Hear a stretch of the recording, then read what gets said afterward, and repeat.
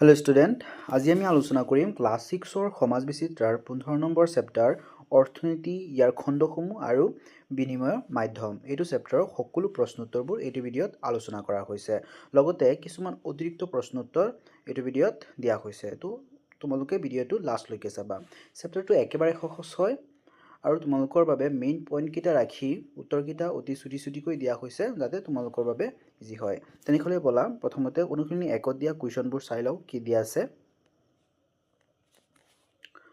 অনুশীলনী 1ত কুৱেশ্যন দিয়া আছে 1 নম্বৰ তলৰ প্ৰশ্নবোৰৰ উত্তৰ দিয়া তাৰে ক নম্বৰ কুৱেশ্যন দিয়া আছে তৰাজান গাঁৱৰ লোকসকলে কিদৰে জীৱন নিৰ্বাহ কৰে তাৰ পিছৰ কুৱেশ্যন দিয়া আছে তোমাৰ গাঁও অথবা চহৰত সৰ্বাধিক প্ৰচলিত অৰ্থনৈতিক কামৰ উদাহৰণ দিয়া তাৰ পিছৰ প্ৰশ্ন দিয়া আছে তুমি আৰু তোমাৰ পৰিয়ালৰ লোক জড়িত থকা অন্তত 3টা অৰ্থনৈতিক কাৰ্য লিখা তাৰ পিছত 2 নম্বৰ কুৱেশ্যন আছে অৰ্থনৈতিক কাৰ্য আৰু অনা অৰ্থনৈতিক কাৰ্যৰ মাজত থকা পাৰ্থক্য কি প্ৰত্যেকটো কাৰ্য আৰু উদাহৰণ সহ ব্যাখ্যা কৰা তাৰ পিছত 3 নম্বৰ কুৱেশ্যন আছে তোমালোকৰ নিজৰ এলেকাত প্ৰচলিত অনা অৰ্থনৈতিক কাৰ্যৰ এটা উদাহৰণ দিয়া সেই কাৰ্যটো কিয় অনা অৰ্থনৈতিক কাৰ্য হিচাপে বিবেচনা কৰা হৈছে তাৰ পিছত সমাজৰ কল্যাণ হকে সেই কাৰ্যই কি অৰিহণা যোগাব লিখা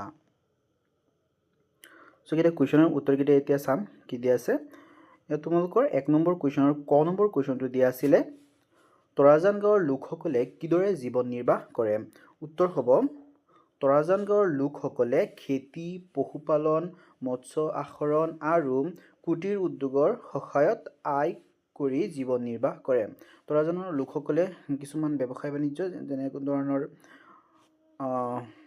মৎস্য আহৰণ আৰু খেতি বাতি কৰা আৰু পশুপালন কৰা কুটিৰ উদ্যোগৰ এইবিলাকৰ জৰিয়তে তেওঁলোকে জীৱন নিৰ্বাহ কৰে তাৰ পিছৰ খ নম্বৰ কুৱেশ্যন দিয়া আছে তোমাৰ গাঁও অথবা চহৰত সৰ্বাধিক প্ৰচলিত অৰ্থনৈতিক কামৰ উদাহৰণ দিয়া মানে তোমাৰ গাঁৱত যেটো নেকি সকলোতকৈ বেছি দেখা পোৱা অৰ্থনৈতিক কাম আছে হেতুৰ উদাহৰণ দিব দিছে সো তোমালোকৰ নিজৰ গাঁৱত দেখা পোৱা অৰ্থনৈতিক কামো লিখিব পাৰা বা এটো উত্তৰৰ পৰা চাই সেম টু সেম লিখিব পাৰা আমাৰ গাঁৱৰ সৰ্বাধিক প্ৰচলিত অৰ্থনৈতিক কাম হৈছে কৃষি কাৰ্য আৰু পশুপালন যেটো নেকি প্ৰায় সকলোৰে অঞ্চলত সেমে হয় সো তোমালোকে এই দুটাই লিখিব পাৰা সেম টু সেম তাৰ পিছৰ কুৱেশ্যন দিয়া আছে তুমি আৰু তোমাৰ পৰিয়ালৰ লোক জড়িত থকা অন্তত 3টা অৰ্থনৈতিক কাৰ্য লিখা এটো তোমালোকে পাৰিলে নিজে লিখিব পাৰা কিয়নো তোমালোকৰ নিজৰ পৰিয়ালৰ কথা কৈছে যিহেতু আৰু যদি নোৱাৰা বা ভালকে লিখিব বিচাৰা ইয়াৰ পৰা উত্তৰটো চাই লিখিব পাৰা ইয়াৰ পৰা লিখিলে তোমালোকে এক্সামিনাৰে মাৰ্ক কাটিব নোৱাৰে কিয় ঠিক আছে উত্তৰটো হ'ব মই আৰু মোৰ পৰিয়ালৰ লোক জড়িত থকা 3টা অৰ্থনৈতিক কাৰ্য হ'ল খেতি কৰা গাঁৱৰ হাতত আৰু সৰু দোকান চলোৱা আৰু পশুপালন ঠিক আছে এই কামকেইটা তোমালোকে লিখি দিবা খেতি কৰা গাঁৱৰ হাতত সৰু দোকান চলোৱা আৰু পশুপালন কৰা তাৰ পিছত 2 নম্বৰ কুৱেশ্যন আছে অৰ্থনৈতিক কাৰ্য আৰু অনা অৰ্থনৈতিক কাৰ্যৰ মাজত পাৰ্থক্য কি আৰু প্ৰত্যেকটো কাৰ্য উদাহৰণ সহ ব্যাখ্যা কৰা ইয়াত পাৰ্থক্য লিখিবলৈ দিছে অৰ্থনৈতিক কাৰ্য আৰু অনা অৰ্থনৈতিক কাৰ্যৰ মাজত পাৰ্থক্য লিখিব দিছে যেটো দুটা একে নহয় তো এটোৰ পাৰ্থক্য লিখিব লাগে পাৰ্থক্য কিটা কি হ'ব এটো উত্তৰত দিয়া হৈছে তোমালোকে চাবা ঠিক আছে উত্তৰত আলোচনা কৰিছে উত্তৰটো হ'ব অৰ্থনৈতিক কাৰ্য এনে কাৰ্য যাৰ মূল উদ্দেশ্য আয় লাভ বা ধন উপাৰ্জন ঠিক আছে অৰ্থনৈতিক কাৰ্যৰ মূল উদ্দেশ্য কি মূল উদ্দেশ্য হৈছে আয় লাভ বা ধন উপাৰ্জন ঠিক আছে যেনে দোকানত সামগ্ৰী বিক্ৰী কৰা কৃষি কাৰ্য চাকৰি কৰা ঠিক আছে আনহাতে অনা অৰ্থনৈতিক কাৰ্য এনে কাৰ্য যাৰ মূল উদ্দেশ্য আনন্দ সেৱা ভালপোৱা বা সন্তুষ্টি বা আয় লাভ কৰা লাভ নহয় ইয়াত তোমালোকৰ ডিফাৰেন্সটো হৈছে যেটো নেকি অৰ্থনৈতিক কাম তাত আয় লাভ কৰাটো হৈছে উদ্দেশ্য কিন্তু ইয়াত যেটো অনা অৰ্থনৈতিক কাৰ্যৰ মূল উদ্দেশ্য হৈছে আনন্দ সেৱা ভালপোৱা বা সন্তুষ্টি লাভ কৰা ঠিক আছে ইয়াৰ উদাহৰণ এটা চাবা উদাহৰণ সহ লিখিলে পৰীক্ষাত তোমালোকৰ মাৰ্কটো কাটি নিদিয়ে বা ফুল মাৰ্ক পোৱাটো ইজি হৈ যায় তে যেনে বুলি দেখি তোমালোকে এনেকৈ উদাহৰণ দিব পাৰা বা উদাহৰণ সহ পঢ়িলে তোমালোকৰ বুজি পোৱাত বেছি ইজি হয় উদাহৰণ হ'ব অসুস্থ বন্ধুক চিকিৎসালয়লৈ লৈ যোৱা, অনাথ শিশুক শিক্ষা দিয়াৰ বাবে সময় দিয়া। ঠিক আছে। তাৰপিছত 3 নম্বৰ কুৱেশ্যন আছে, তোমালোকৰ নিজৰ এলেকাত প্ৰচলিত অনা অৰ্থনৈতিক কাৰ্যৰ এটা উদাহৰণ দিয়া। সেই কাৰ্যটো কিয় অনা অৰ্থনৈতিক কাৰ্য হিচাপে বিবেচনা কৰা হৈছে? তোমালোকৰ নিজৰ এলেকাত কেনেকুৱা ধৰণৰ অনা অৰ্থনৈতিক কাৰ্য তোমালোকে দেখা পোৱা, সেইটো নিজে লিখিব পাৰা বা কমেণ্ট বক্সত চবেই শ্বেয়াৰ কৰিব পাৰা, কাৰ অঞ্চলত কেনেকুৱা ধৰণৰ অনা অৰ্থনৈতিক কাম চলে। ঠিক আছে। আৰু ইয়াৰ পৰা তোমালোকে নিজে উত্তৰটো চাই লিখিব পাৰা।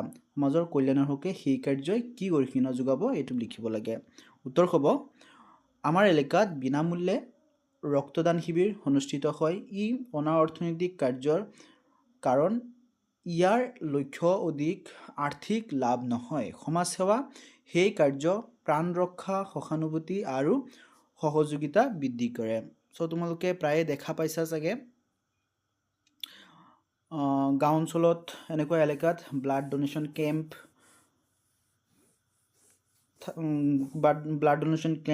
প্ৰায়েই দেখা পোৱা যায়। তাত মানুহে ব্লাড ডোনেট কৰে, এনেকৈ মানুহক সহায় কৰে, কিন্তু তাৰ পৰা কোনো ধৰণৰ পইচা লোৱা নহয়। চ' তাত কোনো আৰ্থিক লাভ নহয়, কিন্তু ইয়াৰ দ্বাৰা সমাজ সেৱা হয়, মানুহৰ যাৰ ব্লাডৰ দৰকাৰ আছে তাৰ প্ৰাণ ৰক্ষা হয়, সেনেকৈ সহানুভূতি আৰু সহযোগিতা বৃদ্ধি কৰে। ঠিক আছে। তাৰপিছত অনুশীলনী 2ৰ কুৱেশ্যনকেইটা চাই লওক কি দিয়া আছে। অনুশীলনী 1ৰ কুৱেশ্যনকেইটা এইকেইটাই আছিলে যিকেইটা শেষ হৈছে। ঠিক আছে। 1 নম্বৰ কুৱেশ্যন দিয়া আছে, তলৰ প্ৰশ্নবোৰৰ উত্তৰ দিয়া। তাৰ ক নম্বৰ কুৱেশ্যন আছে, অৰ্থনীতিৰ মূল খণ্ডকেইটা কি কি? অৰ্থনীতিৰ মূল খণ্ডকেইটা কি কি এইটো লিখিব লাগে। তাৰপিছৰ কুৱেশ্যন আছে, প্ৰাথমিক খণ্ডক কি খণ্ড বুলি কোৱা হয়? তাৰপিছৰ কুৱেশ্যন আছে, অৰ্থনীতিৰ তৃতীয় খণ্ডটো কি? ঠিক আছে। তাৰপিছৰ কুৱেশ্যন আছে, বিনিময় প্ৰথা বা বিনিময় অৰ্থনীতি কি? তাৰপিছৰ কুৱেশ্যন আছে, বৰ্তমানৰ বিনিময়ৰ মাধ্যম কি? তাৰপিছত 2 নম্বৰ কুৱেশ্যন দিয়া আছে, মুদ্ৰাৰ আৱিষ্কাৰে কেনেকৈ দ্ৰব্য সামগ্ৰীৰ সালসলনিৰ পৰিৱৰ্তন আনিলে ব্যাখ্যা কৰা। তাৰপিছত 3 নম্বৰ কুৱেশ্যন আছে, প্ৰাথমিক, গৌণ আৰু সেৱা খণ্ডৰ পাৰস্পৰিক নিৰ্ভৰশীলতা এটা উদাহৰণৰ সহায়ত ব্যাখ্যা কৰা। ঠিক আছে। এইকেইটা কুৱেশ্যনৰ উত্তৰকেইটা চাম আমি। তাৰে 1 নম্বৰ কুৱেশ্যনৰ ক নম্বৰ কুৱেশ্যনটো দিয়া আছিলে, অৰ্থনীতিৰ মূল খণ্ড কেইটা কি কি? অৰ্থনীতিৰ মূল খণ্ডকেইটা কি কি এইটো লিখিব লাগে। উত্তৰ হ'ব, অৰ্থনীতিৰ মূল খণ্ড 3টা। ঠিক আছে। অৰ্থনীতিৰ মূল খণ্ড হৈছে 3টা, আৰু সেইকেইটা হ'ল প্ৰাথমিক খণ্ড, 2 নম্বৰ গৌণ খণ্ড, 3 নম্বৰ সেৱা খণ্ড। ঠিক আছে। এই 3টা হৈছে অৰ্থনীতিৰ মূল খণ্ড।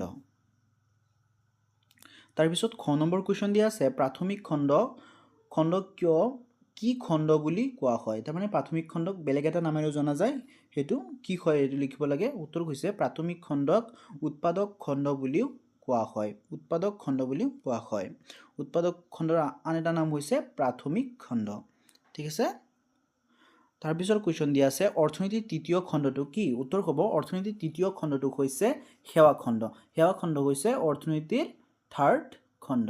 ঠিক আছে। তাৰপিছত কুৱেশ্যন আছে, বিনিময় প্ৰথা বা বিনিময় অৰ্থনীতি কি? উত্তৰ হ'ব, যেতিয়া মানুহে নিজৰ উৎপাদিত সামগ্ৰী অন্য মানুহৰ সামগ্ৰীৰ সৈতে বিনিময় কৰি লয়, তাক বিনিময় প্ৰথা বা বিনিময় অৰ্থনীতি বুলি কোৱা হয়। ঠিক আছে। যেতিয়া কোনো এজন মানুহে নিজৰ বস্তু এটাৰে আন এজন মানুহৰ সৈতে এক্সচেঞ্জ কৰে, সেইটোক বিনিময় প্ৰথা বা বিনিময় অৰ্থনীতি বুলি কোৱা হয়। তাৰপিছত কুৱেশ্যন আছে, বৰ্তমানৰ বিনিময়ৰ মাধ্যম কি? তাৰমানে বৰ্তমান সময়ত যিটো বিনিময়ৰ মাধ্যম হিচাপে ব্যৱহাৰ কৰা হয় সেইটো কি? উত্তৰ হ'ব, বৰ্তমান যুগৰ বিনিময়ৰ মাধ্যম হৈছে মুদ্ৰা বা টকা। আমি মুদ্ৰাৰ জৰিয়তেও যিকোনো বস্তু এটা কিনা বেচা কৰোঁ। চ' বৰ্তমান সময়ৰ বিনিময়ৰ মাধ্যমটো কি হয়? মুদ্ৰা বা টকা। ঠিক আছে। তাৰপিছত কুৱেশ্যন আছে 2 নম্বৰ, মুদ্ৰাৰ আৱিষ্কাৰে কেনেকৈ দ্ৰব্য সামগ্ৰীৰ সালসলনিৰ পৰিৱৰ্তন আনিলে ব্যাখ্যা কৰা। উত্তৰ হ'ব, মুদ্ৰাৰ আৱিষ্কাৰে বিনিময় প্ৰথাৰ অসুবিধাসমূহ দূৰ কৰিল। মুদ্ৰা এটাৰ সাধাৰণ বিনিময়ৰ মাধ্যম হৈ পৰিল। সেয়ে সৰলভাৱে সামগ্ৰী কিনা বেচা সম্ভৱ হ'ল আৰু ব্যৱসায় বিস্তাৰ ঘটিল। ঠিক আছে। মুদ্ৰা এটা কেনেকৈ মুদ্ৰা এটাৰ আৱিষ্কাৰে কেনেকৈ সামগ্ৰিক সালসলনি পৰিৱৰ্তন আনিলে? উত্তৰ হ'ব মুদ্ৰাৰ আৱিষ্কাৰে বিনিময় প্ৰথাৰ অসুবিধাসমূহ দূৰ কৰিলে। কিন্তু বিনিময় প্ৰথাৰ বিভিন্ন ধৰণৰ প্ৰব্লেম আছিলে, বিভিন্ন ধৰণৰ অসুবিধাৰ সন্মুখীন হ'বলগীয়া হৈছিলে বিনিময় প্ৰথাত। যিহেতু বিনিময় প্ৰথাত একে বস্তু সালসলনি হোৱা নাছিলে, বেলেগ বেলেগ মানুহৰ বেলেগ বেলেগ বস্তু আছিলে। যেনেকৈ ধৰি লোৱা এজন মানুহৰ এটা বস্তু আন এজন মানুহৰ আন এটা বস্তুৰ সৈতেহে এক্সচেঞ্জ হৈছিলে। চ' দুয়োজনৰ বস্তু ছেম নহয় বা মূল্যও ছেম নহয় কাৰণে বিভিন্ন ধৰণৰ অসুবিধা হৈছিলে। চ' বিনিময় প্ৰথাত বিভিন্ন ধৰণৰ অসুবিধাসমূহ মুদ্ৰাৰ আৱিষ্কাৰে সেইবোৰ দূৰ কৰিছিলে। তাৰপিছত মুদ্ৰা এখন সাধাৰণ বিনিময়ৰ মাধ্যম হৈ পৰিল আৰু সেয়েহে মুদ্ৰা এখন যিকোনো বিনিময়ৰ মাধ্যম হিচাপে পৰিগণিত হৈছিল। সেয়ে সৰলভাৱে সামগ্ৰী কিনা বেচা সম্ভৱ হ'ল আৰু ব্যৱসায়ৰ বিস্তাৰ ঘটিল। ঠিক আছে। তাৰপিছৰ কুৱেশ্যনটো আছে 3 নম্বৰ কুৱেশ্যন, প্ৰাথমিক গৌণ আৰু সেৱা খণ্ডৰ পাৰস্পৰিক নিৰ্ভৰশীলতা এটা উদাহৰণৰ সহায়ত ব্যাখ্যা কৰা। ইয়াত তোমালোকৰ 3টা খণ্ডৰ নিৰ্ভৰশীলতা উদাহৰণৰ সহায়ত ব্যাখ্যা কৰিব দিছে। উত্তৰ হ'ব অৰ্থনৈতিক ব্যৱস্থাৰ ভিতৰত 3খন মূল খণ্ড আছে। ইয়াৰে তোমালোকৰ 3টা মূল খণ্ড 1, 2, 3 কৈ দিয়া আছে আৰু তাৰ ব্যাখ্যা কৰা হৈছে। 1 নম্বৰ খণ্ড আছে প্ৰাথমিক খণ্ড। তাৰ হ'ব কৃষি, মাছ মৰা, খনিজ খনন আদিৰ সৈতে জড়িত খণ্ড। উদাহৰণ ধৰা যাক এজন কৃষকে ধান উৎপাদন কৰে। ঠিক আছে। তাৰপিছত 2 নম্বৰটো আছে গৌণ খণ্ড। গৌণ খণ্ড হ'ব শিল্প কাৰখানা, উৎপাদন, নিৰ্মাণ আদিৰ লগত জড়িত। উদাহৰণ হ'ব এই ধান মিলত পঠিয়াই চাউল বনোৱা হয়। ঠিক আছে। তাৰপিছত 3 নম্বৰটো দিয়া আছে সেৱা খণ্ড। পৰিৱেশন, বেংক, শিক্ষালয়, স্বাস্থ্যসেৱা, বজাৰ ইত্যাদি অন্তৰ্ভুক্ত। উদাহৰণ হ'ব চাউল বজাৰলৈ নিয়া হয় বাহনেৰে আৰু বিক্ৰী কৰা হয়।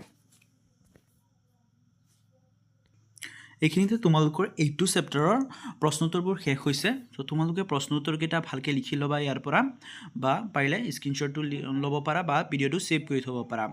ঠিক আছে।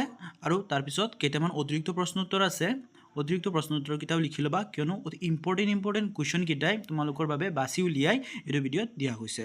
চ' তোমালোকে এইকেইটা অতিৰিক্ত প্ৰশ্নোত্তৰকেইটাও ইয়াৰ পৰা লিখি ল'বা। ঠিক আছে।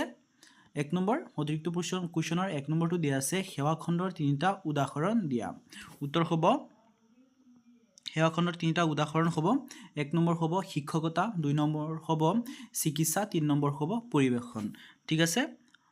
তাৰপিছত 2 নম্বৰ প্ৰশ্ন দিয়া আছে অৰ্থনৈতিক কাৰ্য বুলিলে কি বুজায়? তাৰ উত্তৰ হ'ব যিবোৰ কামৰ জৰিয়তে ধন উপাৰ্জন কৰা হয় সেইবোৰ কামক অৰ্থনৈতিক কাৰ্য বুলি কোৱা হয়। যিবোৰ কামৰ পৰা আমি ধন উপাৰ্জন কৰিব পাৰোঁ সেইবোৰ কামক কি বুলি কোৱা হয়? অৰ্থনৈতিক কাৰ্য বুলি কোৱা হয়। ঠিক আছে।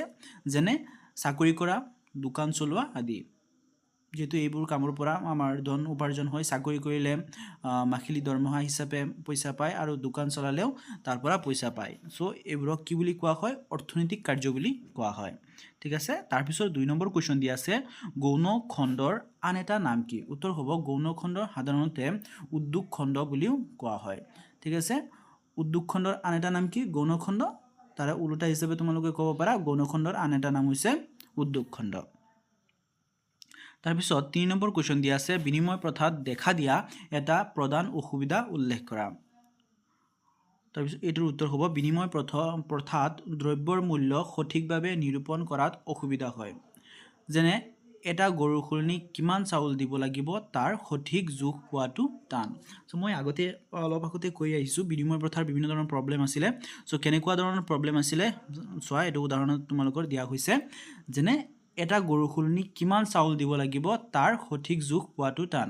চ' যেতিয়া বিনিময় প্ৰথা আছিলে তেতিয়া ধৰি লোৱা কোনো এজন মানুহৰ নিজৰ গৰু আছে যিটো নেকি বিক্ৰী কৰি তেওঁ চাউল ল'ব বিচাৰিছে। তো এটা গৰুৰ বিনিময়ত কিমান কেজি চাউল পাব সেইটোতো জোখ লোৱা বা হিচাপ কৰাটো বহুত টান হৈ গৈছিল ন। তো তেওঁলোকে এইটো অনুমান লগাব নোৱাৰিছিল যে এটা গৰুৰ সলনি কিমান চাউল ল'ব লাগে বা কিমান দামত সেইটো গৈ ছেম হ'ব, এজন বা আনজনৰ কোনো অসুবিধা নহয় বা লছ নহয়, সেইটো বুজি পোৱাটো বহুত টান হৈ পৰিছিলে।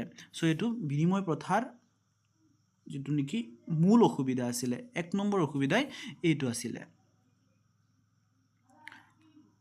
তাৰপিছত 4 নম্বৰ কুৱেশ্যন দিয়া আছে বেংক সেৱা অৰ্থনীতিৰ কোনটো খণ্ডৰ অন্তৰ্ভুক্ত উত্তৰ হ'ব বেংক সেৱা অৰ্থনীতি সেৱা খণ্ডৰ অন্তৰ্ভুক্ত বেংক সেৱা কোনটো অৰ্থনীতিৰ অন্তৰ্ভুক্ত অৰ্থনীতি সেৱা খণ্ডৰ অন্তৰ্ভুক্ত তাৰপিছত 5 নম্বৰ কুৱেশ্যন দিয়া আছে প্ৰাথমিক খণ্ডৰ দুটা উদাহৰণ দিয়া প্ৰাথমিক খণ্ডৰ যিকোনো দুটা উদাহৰণ দিব লাগে উত্তৰ হ'ব কৃষি কাৰ্য আৰু মীন পালন তো মীন মানে কি বুজি পোৱা তোমালোকে মাছ ধৰা ঠিক আছে এইখিনিতে তোমালোকৰ হেতু চেপ্টাৰৰ সকলো প্ৰশ্ন উত্তৰৰ লগতে অতিৰিক্ত প্ৰশ্নবোৰ শেষ হৈছে তোমালোকে প্ৰত্যেকটো প্ৰশ্ন উত্তৰ ইয়াৰ পৰা ভালকৈ লিখি ল'বা আৰু ভিডিঅ'টো ভাল লাগিলে লাইক কমেণ্ট শ্বেয়াৰ এটা কৰি যাবা আৰু চেনেলটো ছাবস্ক্ৰাইব কৰি ৰাখিবা লগতে তোমালোকে এইটো চেনেলৰ প্লেলিষ্টটো চাবলৈ নাপাহৰিবা তাত সকলো চেপ্টাৰৰ ভিডিঅ'বোৰ দি চিৰিয়েলকৈ দিয়া আছে তাৰ পৰা তোমালোকে ভিডিঅ'বোৰ চাব পাৰিবা আৰু নেক্সট চেপ্টাৰৰ ভিডিঅ'ৰ লিংকটো তোমালোকে এইটো ভিডিঅ'ৰে ডেছক্ৰিপশ্যন বক্সত পাই যাবা তাৰ পৰা চাব পাৰিবা ভিডিঅ'টো লাষ্টলৈকে দেখাৰ বাবে ধন্যবাদ